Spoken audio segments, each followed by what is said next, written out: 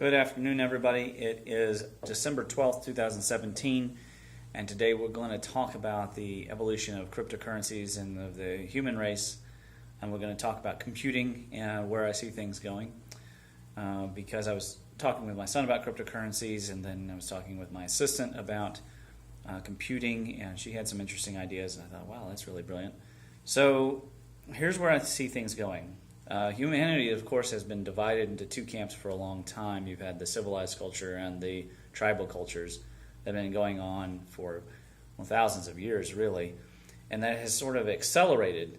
And now there's a new bifurcation that we're approaching. And it's going to basically be those who, their survival and evolution will be predicated upon the digital and information future, and those who don't want to because they want to have something real. They think that a physical dollar is better than just a digital dollar. They think that food that you grow yourself is better. All right, so if you find that you're that person after this discussion, my first advice right now is that you start composing and constructing your own version of being Amish. And whatever that looks like, there's no judgment. I'm just saying you're going to need to time capsule that worldview right now and create an entire, you're going to have land, of course.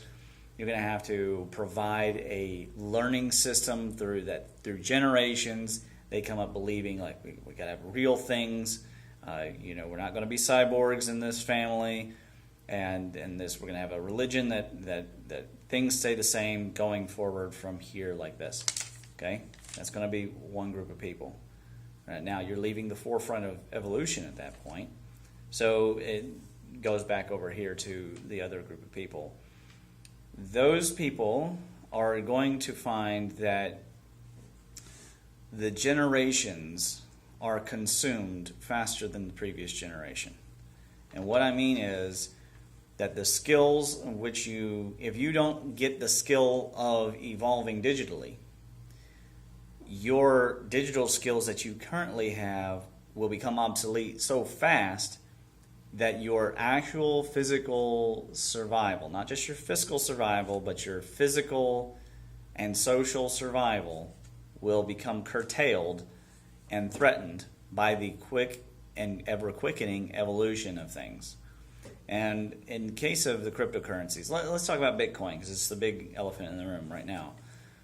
I was there watching Bitcoin evolve from the start, and I was interested to see, is this going to become something real or is it not going to become something real? Now, everybody buying in at this point in 2017 indicates that there is some value that is seen that is going to be useful in the AI world and in the, quote, Internet of Things and in the self-driving car phenomenon. These two things are related.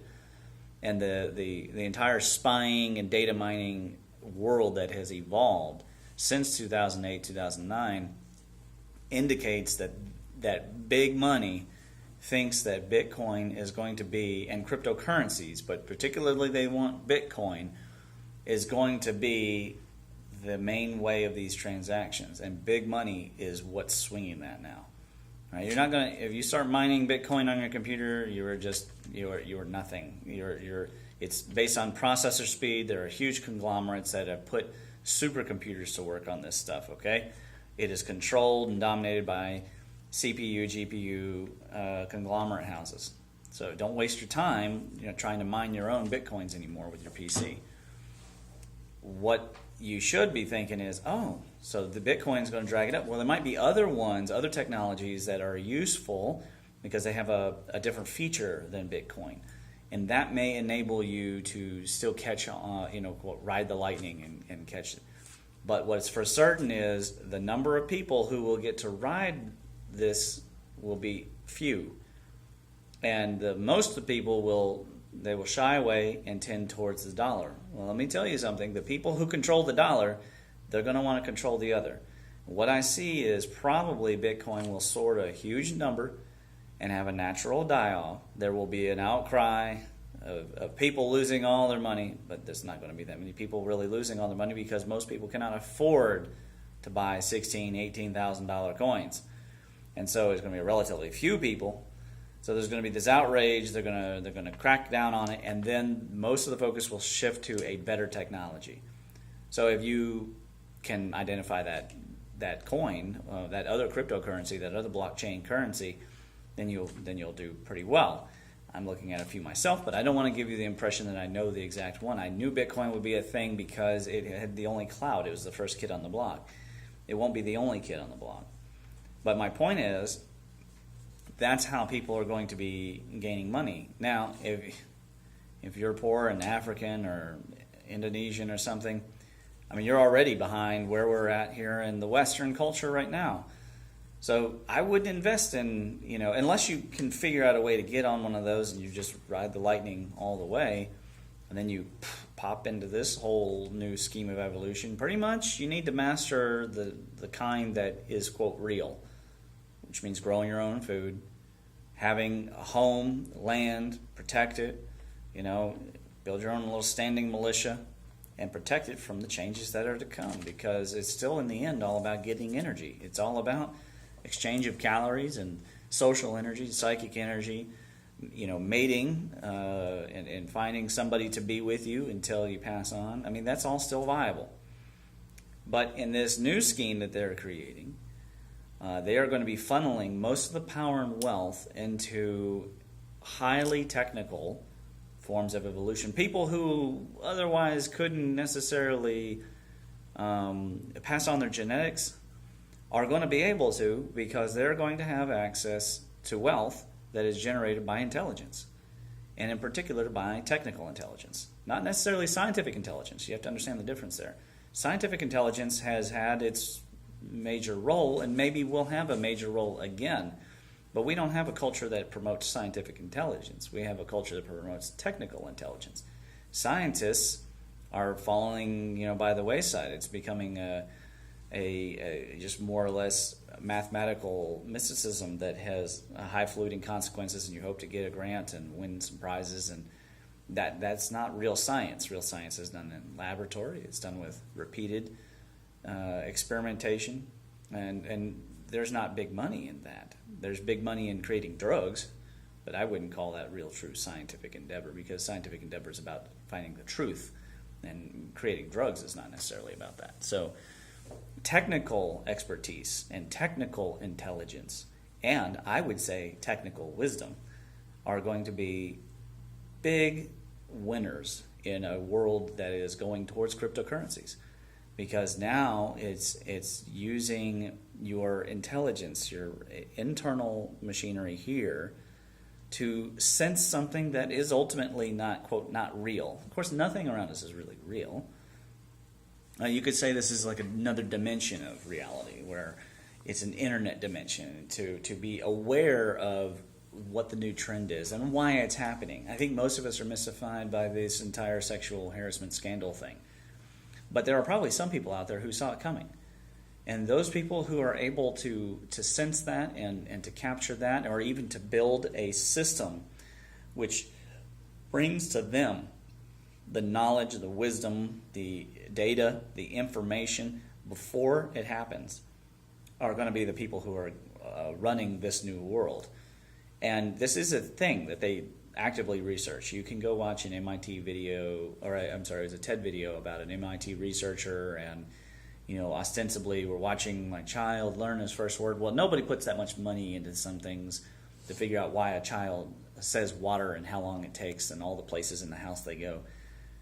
They're doing it because at the end of that video, he shows you the way that they're webbing how people talk, what they're talking about, following elections, following trends in the news to see what people are searching.